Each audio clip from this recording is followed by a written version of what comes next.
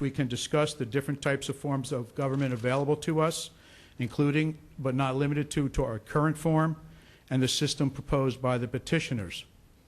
The meetings are intended to be informal. They would encourage wider participation from everyone in our community.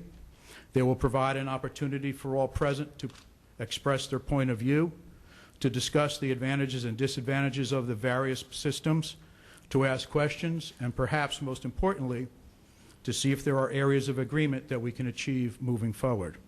Who knows? Maybe, just maybe, someone may convince somebody else of the merits of their thoughts on the matter.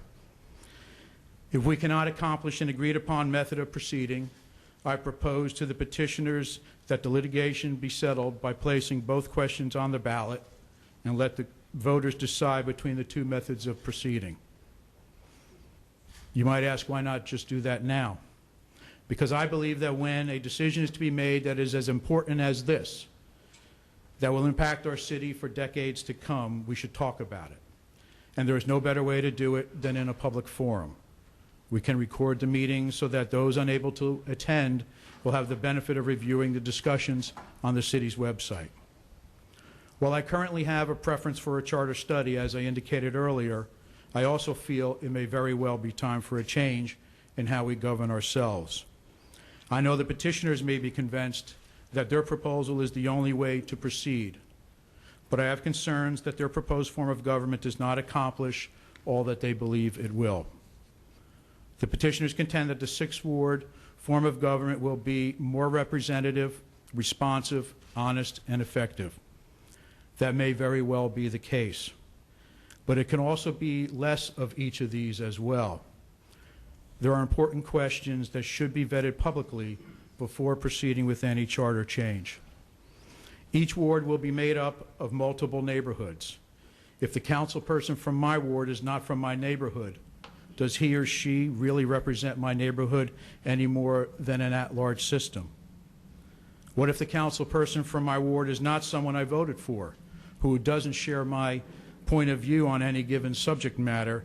Whom do I turn to? Is that council person going to put me first, more so than an at-large system?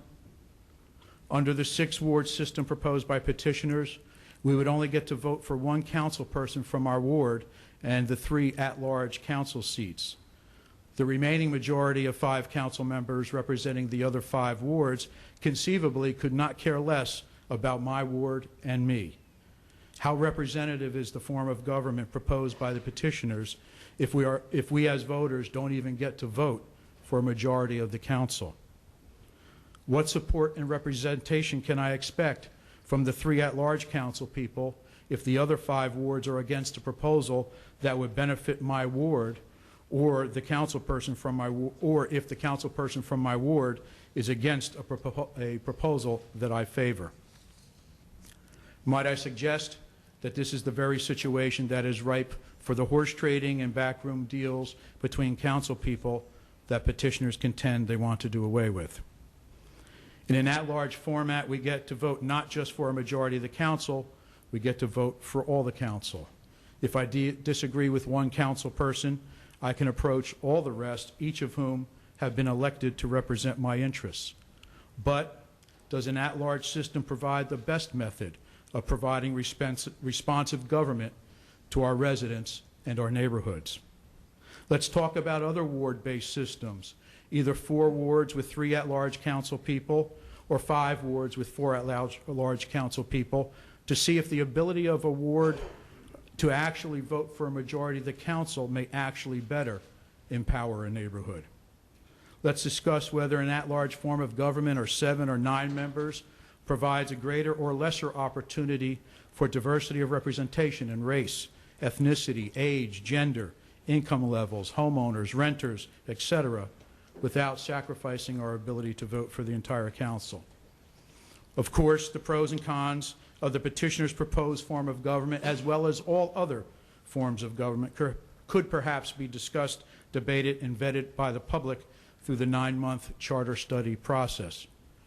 But in the absence of an agreement that this is a better method of proceeding, why not provide an intellectual arena which will allow champions of many different proposals including the petitioner's proposed six-ward system, to share the same stage, to really try to see what changes are needed and wanted and why. Ought we not discuss these issues before we plunge forward down a path that will dictate the future of New Brunswick? Government is hard enough.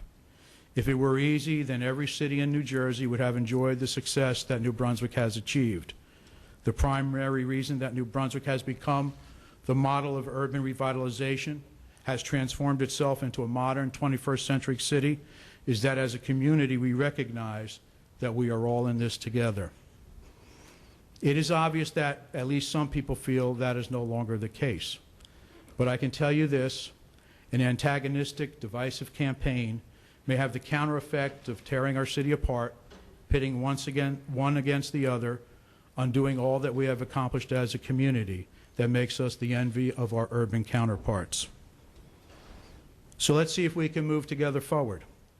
I am committed to an open forum with the ability for one and for all to freely express their viewpoints. I will not dominate these discussions, but I will certainly join others in the expressions of my thoughts as well. I will facilitate questions, I will facilitate discussion, ask questions, and sometimes play the role of devil's advocate. But I want everyone to leave these meetings with the sense that they had the opportunity to say and hear what they thought was important, and that it was done in a fair-minded fashion. I would like to hold the first meeting on Wednesday, July 29 at 7 p.m. at New Brunswick High School. We can discuss future meeting dates, times, and places at that first meeting. But I would recommend that we meet at least 2 or 3 additional times thereafter, perhaps 2 or 3 weeks apart. This would provide 3 or 4 meetings before the deadline for placing questions on the ballot. It will also allow time between meetings for people to prepare, to obtain answers to questions, and to address points raised at previous meetings. It also allows for discussion to take place between the meetings to foster a spirit of cooperation and moving forward. I sincerely hope that all will participate. I have been involved with city government now for 29 years, 19 as mayor and 10 as an assistant city attorney. There are probably few who have as much experience in municipal government or more exposure to the different forms available to us than me. But I don't have a set mind as to the absolute best form of government for New Brunswick, and I won't presume or pretend to know the thoughts and preferences of all of our residents. If we cannot gain some consensus how best to proceed, then I suggest we attempt to place both questions on the ballot. One way or the other, I am committed to the public having an opportunity to vote this November on our method of self-governance.